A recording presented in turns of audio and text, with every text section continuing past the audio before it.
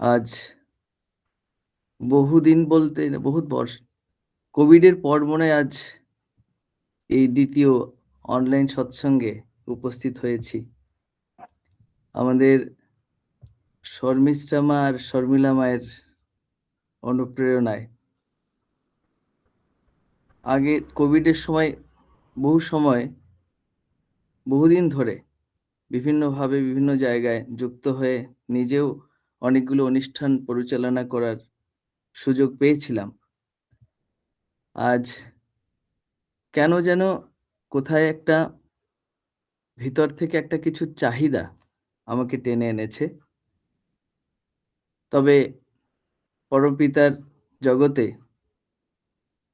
আমরা সকলে ভালো থাকার জন্য, ভালো সঙ্গে যুক্ত থেকে জীবনটাকে সুন্দরভাবে বাঁচার জন্য চেষ্টায় আমরা এগিয়ে চলেছি। এখানে উপস্থিত আমার বয়োজ্যেষ্ঠ ঠাকুরের পূত পবিত্র প্রাণজাতির কর্মীগণ রয়েছেন, সদয় দাদারা রয়েছেন, মায়েরা রয়েছেন, ছোট বড় ভাই বোনেরা রয়েছেন। সকলকে আমার সশ্রদ্ধ জয়গুরু এবং যথাযোগ্য স্থানে জানাই প্রণাম। বাংলা শব্দের উপরে বা সাহিত্যের উপরে আমার দক্ষতা খুবই কম। তবে কিছু নিজের অনুভূতি দিয়ে যেটা আমার মনের ভিতরে যে কথাগুলি আছে সেটাই আপনাদের সম্মুখে রাখার চেষ্টা করছি। যখন একটু চতুর্দিকে তাকাচ্ছি তখন একটা এই যে সমগ্র বিশ্ব জুড়ে যে একটা অস্থিরতা দেখা যাচ্ছে, এই অস্থিরতার মধ্যে আপনারা যে স্বস্তিযজ্ঞ করছেন, এটাই যেন একটা অপেক্ষা। মানে ঠাকুরের জীবনমুখী আদর্শকে কেন্দ্র করে আমরা যে সুস্থ থাকতে পারি, ভালো থাকতে পারি, এই প্রচেষ্টাকে আমি অভিবাদন জানাই। সমগ্র বিশ্ব জুড়ে তথা ভারতের উন্নতি তো হচ্ছে, কিন্তু জীবনবাদ কমে গেছে এবং দেখা যাচ্ছে মুহূর্তের মধ্যে জীবন্ত মানুষ ছাই হয়ে যাচ্ছে, মানুষ দিশেহারা। ঠাকুর সহজ করে বললেন যে আইডিয়াল সেন্ট্রিক জীবনই আমাদেরকে মুক্তি দিতে পারে। মানে জীবনের কেন্দ্রে তাকে আনলে পরে এই জীবনটা শৃঙ্খলাবদ্ধ হতে পারে এবং জীবনকে শুদ্ধ করা যেতে পারে, বা এই শুদ্ধ করাই আমাদের সাধনা হতে পারে। এই অস্থির বিশ্বের মধ্যে কি আমরা স্থির থাকতে পারি, যেখানে যুদ্ধ চলছে, হিংসা চলছে, পরিবেশের ভারসাম্য হারিয়ে যাচ্ছে? সেখানে আমরা সুস্থ থাকবো কি করে, স্থির থাকবো কেমন করে? সামাজিকভাবে দেখা যায় বা সাম্প্রতিক এই যে টেকনোলজির জগৎ দিয়ে দেখতে গেলে, দৃষ্টি দিয়ে দেখতে গেলে, জ্ঞান বেড়েছে কিন্তু চরিত্র গড়েনি। আর পরমপ্রমশী ঠাকুর তপবিধানের প্রথম বাণীটি বললেন, স্বভাবই সিদ্ধির প্রথম উপকরণ। এই স্বভাবটা দৈনন্দিন জীবনে কি করে শৃঙ্খলাবদ্ধ হবে? আমার খাদ্য, আচার আচরণ, দায়িত্ব, সংযম, এগুলি কি করে সংগঠিত হবে? তো সেদিন যখন ওই শর্মিলা মায়ের সঙ্গে আলোচনা করছিলাম, আমি বললাম, মা, আমি অনলাইন সৎসঙ্গে খুবই কমই থাকতে পারি এখন, বিভিন্নভাবে বিভিন্ন বিষয়ে যুক্ত থাকতে হয়। তো আপনারা যেমন একটা বিষয়, একটা দিক ঠাকুরের কাজের জন্য এগিয়ে নিয়ে চলেছেন, মানুষের মঙ্গলের জন্য চেষ্টা করে চলেছেন, দূর দূরান্ত থেকে সকলে যেভাবেই হোক না কেন, সতের সঙ্গে যুক্ত থাকার প্রচেষ্টা নিয়ে চলেছেন, এটাও একটা যজ্ঞ। কিন্তু আমি পারি না, আমার দুর্বলতার কথা বললাম। তো যখন আলোচনা করছি তখন আমার সেই কথাগুলি এখনই আবার মনে পড়ছে যে এই যে আমরা সকলেই বসে আছি এখানে, বহু মানুষ, বহু পরিবার এখানে যুক্ত রয়েছেন। সৎসঙ্গ কি চায়? ঠাকুর বললেন সৎসঙ্গ মানুষ চায়। আর এই মানুষ, আর সেটা আর কি চাই? আর কি চাই বলতে গেলে একটা শব্দ ব্যবহার করলেন, ঠাকুর করেছিলেন সাকিস্তান, যেটা প্রেমাস্পদের আবাসস্থল বললে বলা হয়। সৎসঙ্গ জগতে এসে এই যে বিশ্বের যে অস্থির পরিস্থিতির ভিতরে যেন কোথায় দায়িত্ববোধটা খুব বেড়ে গেছে। অতি সহজভাবে, অতি সাধারণভাবে নিশ্চিন্ত হয়ে বেঁচে থাকার মতো আবেগ আমাদের ভিতর থাকছে না। শত দায়িত্বপূর্ণ চিন্তা, চেতনা, ধারা যেন আমাদেরকে অস্থির করে তুলছে। কারণ এখানেই আমাদের ভিতরে একটা অদৃশ্যভাবে যোগ্যতা ঠাকুর দয়া করে আমাদেরকে দিয়ে গেলেন। আমরা ঠাকুরকে কতটুকু ধরেছি তা বলতে পারি না, আপাতত আমি বলতে পারি না, কিন্তু ঠাকুর যে আমাকে ধরে রেখেছেন তাই আমি আছি, এটাই যেন আমার অনুভূতি হয়। তার কারণ জীবনের জেল্লায় যে যোগ্যতা ঠাকুর যেটা আমাদের কাছ থেকে চেয়েছিলেন, সেটা বিবর্ধনে জীবনের ভিতর দিয়ে আমন্ত্রণ করা যেতে পারে যখন আমরা আমাদের ব্যক্তিত্বটাকে সুযোগ্যতায়, সুবিস্তারে নিয়ে যেতে পারি। এবং উদ্দেশ্য আর চাহিদাতে পৌঁছাতে হবে আমাদের, এই আশা কিন্তু ঠাকুর বরাবরই করে গেছিলেন। সেটা কেমন করে? আমাদের প্রত্যেকের ব্যক্তিত্বের ভিতর দিয়ে, প্রত্যেকের পরিবারের সংহতির ভিতর দিয়ে, পরিবেশের সুসংহতির ভিতর দিয়ে, আর সানুকম্পী সহযোগিতার ভিতর দিয়ে। আর যেখান থেকে তিনি আশা করেছিলেন যে আমরা সমগ্র দিকটাকে সমুন্নত করে তুলতে পারবো, জীবনের যোগ্যতায় আমরা নিজেকে দাঁড় করাতে পারবো। তার জন্য যে মহামন্ত্র তিনি দিলেন, সেটা দিলেন বৈশিষ্ট্যে আর ব্যক্তি স্বাতন্ত্র্যের ভিতরে সুনিয়ন্ত্রিত হয়ে চলা। এই যে আমার ব্যক্তিত্ব আর আমার এই যে ব্যক্তি স্বাতন্ত্র্য, যা আমার বৈশিষ্ট্যের উপর আধারিত হয়ে দাঁড়িয়ে আছে, তাকে সুনিয়ন্ত্রণ কি করে করব? তার জন্য তিনি দিয়ে গেলেন অভ্যাস যোগ। শ্রী বরদা সেটা সহজভাবে সব কথার ভিতরেই বলতেন, সবকিছুর মূলে ওই যজন যাজন ইষ্টভীতি। যে মহাসমুদ্রের ভিতরে আমরা হারিয়ে আছি আজ, এই দিক নির্ণায়ক যদি কোনো বিষয় আমাদের কাছে থেকে থাকে, যা এই সমুদ্রের ভিতর থেকে আমাদেরকে একটা নির্দিষ্ট পথে পরিচালনা করার বা পরিচালিত হওয়ার সুযোগ এনে দিতে পারে, সেটি হচ্ছে ইষ্ট প্রতিষ্ঠাপন্ন কোনো কাজ বা ইষ্ট প্রতিষ্ঠাপন্ন হয়ে চলা। ইষ্ট প্রতিষ্ঠাই আমাদের জীবনের দিক দর্শক। সেখানে এখনকার মতো যে পরিস্থিতি, যে শিক্ষা, যে ব্যবস্থা, যে সমাজ যার ভিতর দিয়ে আমরা চলছি, তা কি সহজ করে দিতে পারবে? আমার তো মনে হয় না। এখানে আমরা সকলে কিন্তু একটা পরিবার অন্তর্ভুক্ত, শ্রী ঠাকুরের পরিবার, পরমপিতার সন্তান আমরা। এখানে আমরা সমালোচনা করি না, এখানে আমরা আলোচনা করি, যাতে আমরা সকলে হয়ে উঠতে পারি। আমরা প্রত্যেকের ভিতরে এই অষ্টপাশ কিন্তু রয়েছে, তার সত্ত্বেও আমরা চেষ্টা করে চলেছি কিভাবে নিজেকে তার মনের মতো করে গড়ে তুলব। প্রত্যেকের ভিতরে আবিলতা রয়েছে, প্রত্যেকের ভিতরে অপরাধ রয়েছে, অহং রয়েছে, সবকিছু রয়েছে। তার সত্ত্বেও আমরা তার কাছে বারংবার নিজেকে আত্মসমর্পণ করে জীবনটাকে তৈরি করার যে বিধান, যে বিধি, যা তিনি অতি সহজভাবে আমাদের কাছে তুলে দিয়ে গেলেন, তাকে পরিপালন করার সচেষ্ট হয়ে থাকবো। এইখানে সবথেকে বেশি আমার চোখের সম্মুখে যেটা পড়ছে, যেমন আপনারা যেমন একটা দায়িত্বের ভিতর দিয়ে এই যজ্ঞটাকে করে চলেছেন। শ্রী আচার্যদেব একবার বলছিলেন যে এখন কাজের তো খুবই চাপ, মানে ফিল্ডে অনেক কাজ আছে।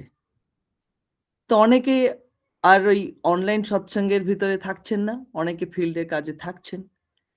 কিন্তু এটা যে সম্পূর্ণভাবে অপ্রয়োজনীয় তা কিন্তু বলা যেতে পারে না, তিনি বলেননি কোথাও।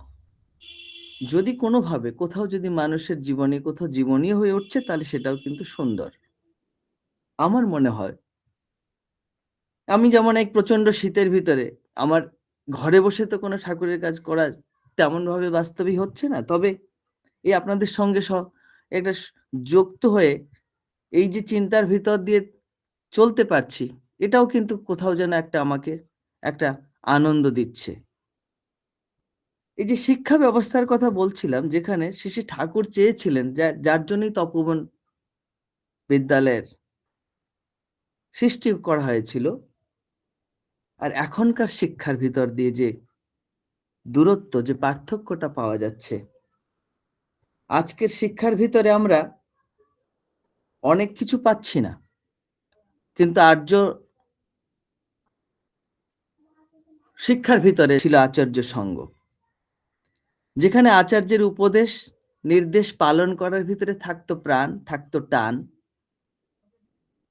আমি এক এমন আবাসিক এমন গুরুকুলের ছাত্র, যেখানে আমি আমাদের উড়িষ্যার পূর্ববর্তী মুখ্যমন্ত্রী শ্রদ্ধেয় জে বি পটনায়ককে দেখেছি।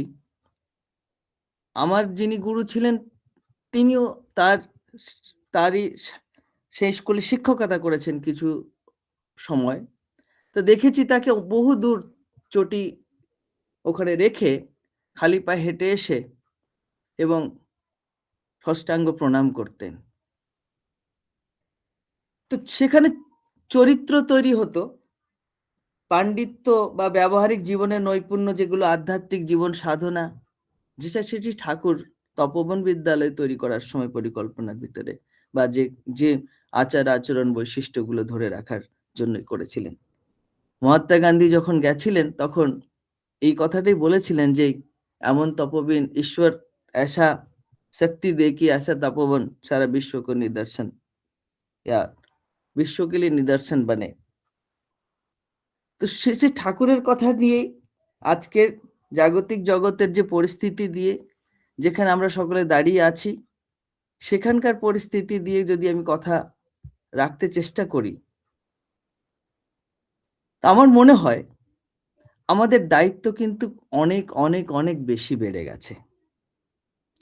যে ভাব দিয়ে, যে কর্ম, যে আচরণ, যে চিন্তার ভিতর দিয়ে আমরা সত্যিকার আমাদের জীবনের তাকে পুষ্ট করতে পারি, সেই ভাব ভাষা কিন্তু আমাদের আরো নিখুঁত ও নির্ভুলভাবে তুলে ধরতে হবে জীবনে, চরিত্রের ভিতরে। একটু ব্যাকওয়ার্ড ক্যালকুলেশনের দরকার আছে। আজকে এখনই যেমন আমরা সকলের সুস্থতার কামনা করছিলাম, মাটি বিবাহের কথা বলছিলেন, সত্যিকারের সমাজের পরিচর্যার ভিতর দিয়ে দেখার আছে যে আমরা যারা সো কল্ড সৎসঙ্গী বলতে গেলে আমি শব্দটা খুব গভীর সাহিত্যিক শব্দ হয়ে যায়।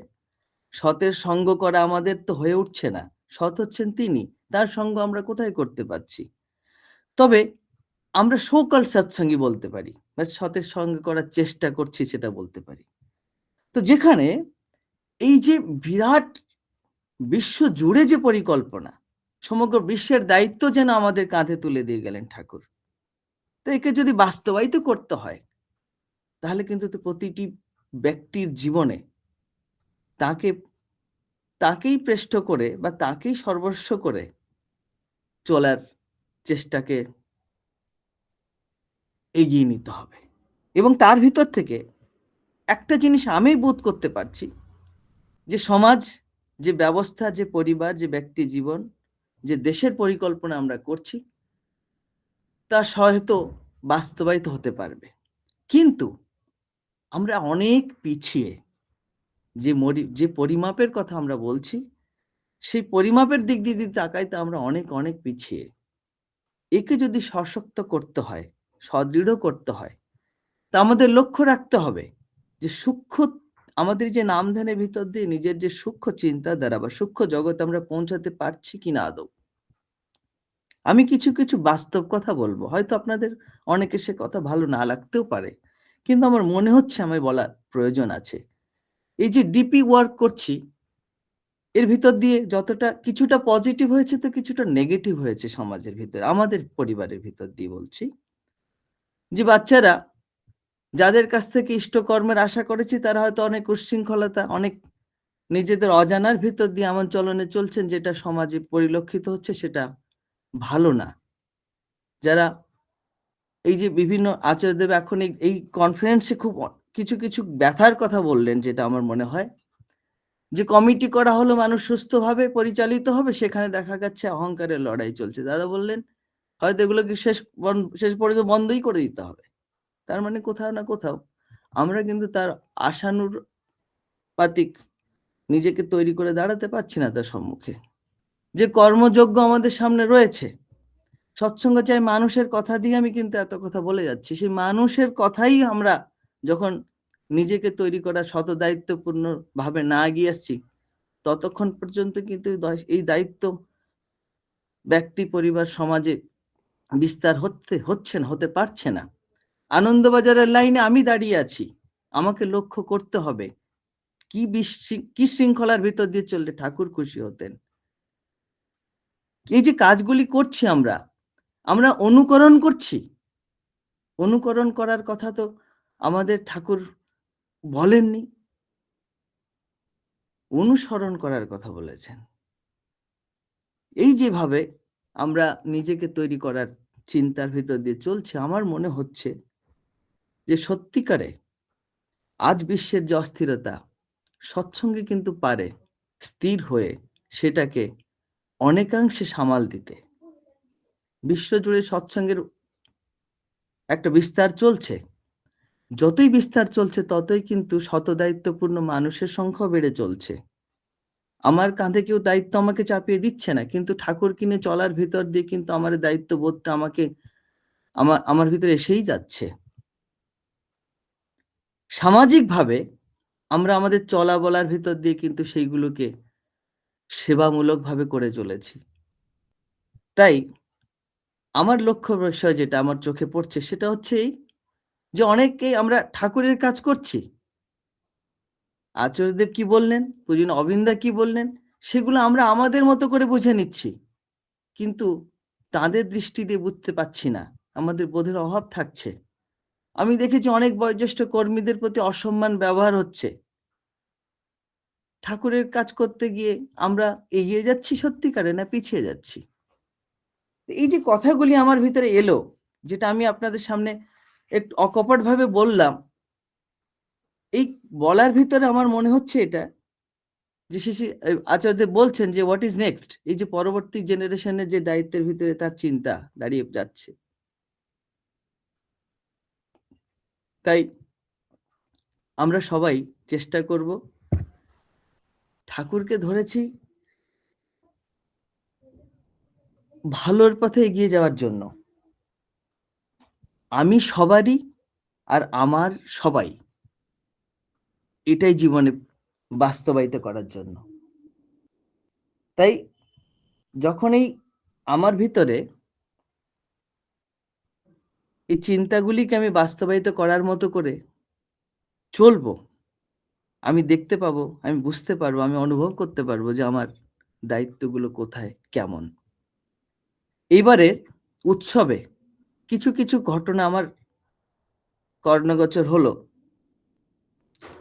আমি শুনলাম যে কিছু কিছু বিশৃঙ্খলা, যেগুলো আমরা সৎসঙ্গী পরিবার হিসাবে, সৎসঙ্গী পরিবারের ছেলে মেয়ে হিসাবে আমাদের কাছ থেকে আশা করা যায় না, কিন্তু সেগুলো হয়েছে।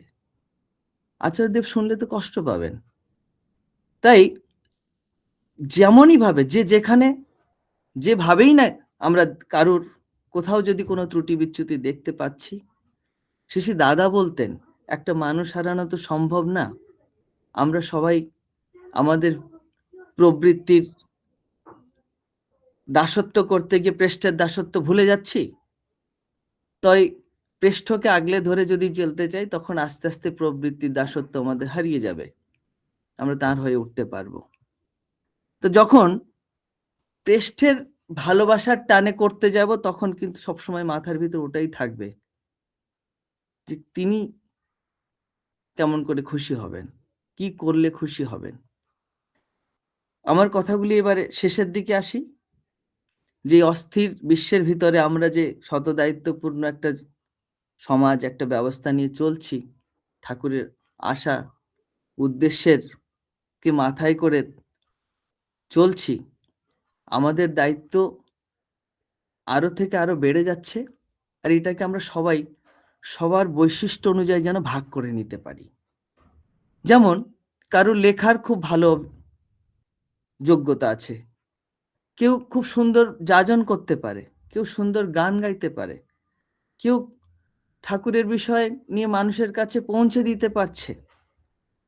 যেমনই ভাবে হোক না কেন, এই যে করার যে প্রবণতা, এই যে পৌঁছে দেওয়ার যে প্রবণতা, এগুলোকে আমাদেরকে ভাগ করে নিতে হবে। ঠাকুর কিন্তু বলে গেছেন বহু কথা। আমি এই কথাগুলি শেষ করা যাবে না, এত কম সময়ের ভিতর দিয়ে ঠাকুরের সব কথা, সব দর্শনকে তুলে ধরা যায় না। তবে যেখান থেকে শুরু করেছি আমি সেখানেই শেষ করতে চাইছি। এই যে সমাজ ব্যবস্থার ভিতর দিয়ে আমাদের দায়িত্ব কিন্তু প্রচন্ড ভাবে বেড়ে গেছে। প্রতিলোম বিবাহ সৎসঙ্গ পরিবারে হচ্ছে, যেখানে ঠাকুর বললেন 32 পুরুষ পর্যন্ত ধ্বংস হয়ে যায়, কিন্তু সেখানে আমরা তাকে রক্ষা করতে পারছি না। দেওঘর থেকে একটি মা আমাকে ফোন করলেন, ফোন করে রাঁচির থেকে এসছেন, তার সঙ্গে আলোচনা হচ্ছে, তিনি বললেন এই দাদার সঙ্গে কথা বলুন তো, ফোনে আমাকে যোগাযোগ করে দিলেন। মাটি কাঁদছেন আর বলছেন যে আমার মেয়ের বিবাহ যেখানেও করতে চাইছে, গত 6 বছর ধরে যার সঙ্গে কথা দিয়ে রেখেছে, এখানে এসে বুঝলাম যে তাদের সঙ্গে আমাদের বিবাহ চলে না, পণ্ডিতদা মানা করলেন। তখন আমি সে মাকে বললাম, আপনি ফোনটা মেয়েকে দিন। মেয়েকে ফোনটা দেওয়ার পর আমি জিজ্ঞাসা করছি, তুমি কি করো? এমএড করে শিক্ষকতা করছি বলল। তারপরে বললাম বাবা, বলে বাবা নেই। ক বছর? 6 বছর বয়স ছিল মেয়েটির, তখন চলে গেছেন। তাই আমি বললাম, মাই তো তোমার কাছে বাবা মা, এবার মা তোমার সম্মুখে কাঁদছেন, তোমার কি ভালো লাগছে? কিছু কথা এমন বলে তাকে ঠিক ভাবে তাকে বোঝাতে চেষ্টা করবো, ততক্ষণে সে ফোনটি মার হাতে ধরিয়ে দিয়েছে। তো সে মাটি কাঁদছে আর বলছে, দাদা फोन उन्होंने मेरे हाथ में दे दिए हैं। তখন আমি ভাবছি যে কোথায় আমরা যাচ্ছি, তার মঙ্গলটাও তাকে বোঝাতে পারছি না আমরা। এমনি অনেক অনেক ঘটনা রয়েছে আমাদের সবার আশেপাশে। রক্ষা পেতে হলে, রক্ষার দিকে মানে আমার নিজেদেরকে রক্ষা করতে হলে বিবাহ বিধান শক্ত করে, অনেক মায়েরা অনেক দাদাদের সঙ্গে আমার যোগাযোগ হতে থাকে, কথা চলে, তারা তাদের গোত্রটাও জানে না ঠিক মতো, তাদের বর্ণ কি জিজ্ঞাসা করলে বলতে পারে না। ঠাকুর বলেছিলেন এক সময়, যারা বাংলাদেশে থেকে যাচ্ছেন, ঠাকুর বললেন কৃষ্টি বৈশিষ্ট্য হারা হয়ে থাকতেও আমরা দেশে থেকেই কৃষ্টি বৈশিষ্ট্য হারা হয়ে যাচ্ছি। একটা কথা বলেই অনলাইন সৎসঙ্গের মারফতে যে অভিজ্ঞতা আমার হয়েছিল সেখানে শেষ করব। কোভিডের সময় আমি যখন দিল্লিতে ছিলাম না, পরবর্তী সময় যখন সেকেন্ড ওয়েভের সময় যখন আসি, হঠাৎ এক দাদার বাড়ি ফোন করি। মাটি ফোন তুলে বলছেন যে দাদা তো নেই। আমি বললাম কবে, কেমন করে, কি হলো? তখন বললেন কোভিডের সময় হঠাৎ করে এমনি হসপিটালাইজ হয়েছিলেন। তারপরে তো বললাম আপনি আমাকে ফোন করেননি? তো বলে দাদা অনেক খুঁজেছিলাম, আপনাকে পাইনি। তারপরে জিজ্ঞাসাবাদে জানলাম যে ছেলে কোনো ক্রিয়াই করেনি। তখন আমি বললাম আপনি কাউকে জিজ্ঞাসা করেননি, বিধান জেনে নেননি? তো বলছে না দাদা, কেউ আমাকে কোনো কিছু গাইড করেনি। দেখেন, হতভাগা পিতা, একমাত্র ছেলে তার পিতৃ সংস্কার করতে পারে না, জানেন আছে ছেলে। তারপরে আমি যখন বললাম আপনাদের গুরু ভাইদের সঙ্গে কারো যোগাযোগ হয়নি, তখন বললেন না দাদা, অনেককে ফোন করেছি, অনেকে জবাব দেননি। তখন আমি এই অনলাইন সৎসঙ্গ করার জন্যই পুরো আমার এলাকায় ডিস্ট্রিক্ট জুড়ে সবাইকে, অনেকগুলি কেন্দ্রকে জুড়ে আমি তখন একটা সৎসঙ্গ আরম্ভ করেছিলাম। সবাইকে বলেছিলাম আমাদের দায়বদ্ধতা কোথায়, আমরা কোথায় ঠাকুরের কাজ করছি, নিজেকে প্রশ্ন করে জিজ্ঞাসা করতে আমরা বাধ্য করছি। করে দেখুন, সত্যিকারে কি আমরা তার ইচ্ছা, তার বলা অনুপাতিক করছি, চলতে পারছি? একজন হারিয়ে যাচ্ছেন আমাদের ভিতরে, আমরা জানি না, বলতে পারি না তিনি কবে চলে গেলেন। তখন এই সৎসঙ্গ নিয়ে অনেক সময়, অনেক দিন দিয়েছি। কিন্তু ব্যর্থতা বলবো কোথায়? যখন আমি দেশ বিদেশে বাইরে চলে যাই, তখন এই অনুষ্ঠানকে চালানোর দ্বিতীয় ব্যক্তি। অনেকবার বললাম, আপনারা নিজের চেষ্টা করুন আবার করে। আমার অনুপস্থিতি যেন কোথাও কোনো সমস্যা সৃষ্টি না করে, বা কোথাও এটা যেন কোনো বাধা না হয়ে দাঁড়ায়। আপনারা অন্য কয়েকজন দাঁড়িয়ে যান, চেষ্টা করুন। সেই মাটি গত সপ্তাহে আমাকে ফোন করে বলছেন, দাদা ছেলেটি কোনো মতে কোথাও একটা কাজ করছে, আপনি একটা মেয়ে দেখিয়ে জোগাড় করে কোনো মন্দিরে বিয়েটা দিয়ে দেন। তার পরিবারের সকলেই রয়েছেন, কিন্তু পরিবারের দায়িত্ব, নিজের মানুষ তাদেরকে ফেলে রেখেছেন, তাদের দিকে মুখ তুলে তাকাচ্ছেন না। এটাই হচ্ছে আমাদের দায়িত্ব। ঠাকুরের কথা ভাবতে গেলে, ঠাকুরের জগতের কথা ভাবতে গেলে, আমরা সত্যিকারে যদি তাকে এতটুকু ভালোবেসে থাকি, তাহলে কিন্তু নিজেদেরকে দায়িত্ব থেকে এড়িয়ে যেতে পারবো না। এই দায়িত্ব বোধে আমি আজকে আপনাদের কাছে এসেছিলাম। আমার মনে হয়েছিল যে অনেক কিছু আমাদের কাছে রয়েছে, যা তিনি চাইতেন বা চেয়েছিলেন, আমরা তার বিন্দু মাত্র করতে পারছি না। সেই যন্ত্রণাটা নিয়ে আপনাদের সামনে রাখার জন্য তাই ছুটে এসেছি। আমার বলার ভিতরে কোথাও ত্রুটি বিচ্যুতি থাকলে আপনারা মার্জনা করবেন। ঠাকুরকে নিয়ে আমরা নিজেকে সার্থক করে উঠছি, ধন্য হয়ে উঠি। তিনি কষ্ট পাবেন আমি যদি না হয়ে উঠতে পারি। এই ভয়, এই ভালোবাসার ভয় যেন আমাদের ভিতরে থাকে। সকলেরই মঙ্গল প্রার্থনা করি। বন্দে পুরুষোত্তম। জয় গুরু দাদা, জয় গুরু। খুব সুন্দর আলোচনা, এত যাজন মুখে আলোচনা করে আমাদের প্রত্যেককে সমৃদ্ধ করলেন। আপনি বললেন যে জীবনের কেন্দ্রে যদি তিনি থাকেন, তাহলে জীবনটা আমাদের সুশৃঙ্খল হবে। আর সৎসঙ্গ মানুষ চায় আমাদের সুনিয়ন্ত্রিত হতে, বললেন যেটা ঠাকুর বলেছেন, সুনিয়ন্ত্রিত হওয়ার জন্য আমাদের যজন যাজন ইষ্টভীতি এবং সস্তৈনী সদাচার, তার পঞ্চনীতি মেনে চলতে হবে। সবাইকে নিয়ে চলাই ধর্ম। আমাদের ইষ্ট নির্দেশ মেনে চলতে হবে, আর ইষ্টকে খুশি করাই আমাদের ধর্ম। তিনি যা যা বলেছেন তা কাটায় কাটায় পালন করতে হবে। তবেই আমরা সুশৃঙ্খল হতে পারবো এবং সুনিয়ন্ত্রিত হতে পারবো। আর তখনই আমাদের সমাজটা, আমাদের পরিবারটা, আমাদের সমাজটা সুন্দর হয়ে, যেটা ঠাকুরের ইচ্ছা ছিল সেটাই আমরা পরিপূর্ণ করতে পারবো। আর তখন আমাদের যে একমাত্র উদ্দেশ্য ঈশ্বর প্রাপ্তি, সেটা সম্ভব হবে। খুব সুন্দর আলোচনা করে আমাদের প্রত্যেককে সমৃদ্ধ করলেন। আবারও আসবেন দাদা, তার কথা শুনিয়ে তার প্রতি তন্মুখী করে তুলবেন, এই কামনা করি দয়ালে রাঙা রাতুল চরণে। ভালো থাকুন দাদা। জয় গুরু। জয় গুরু।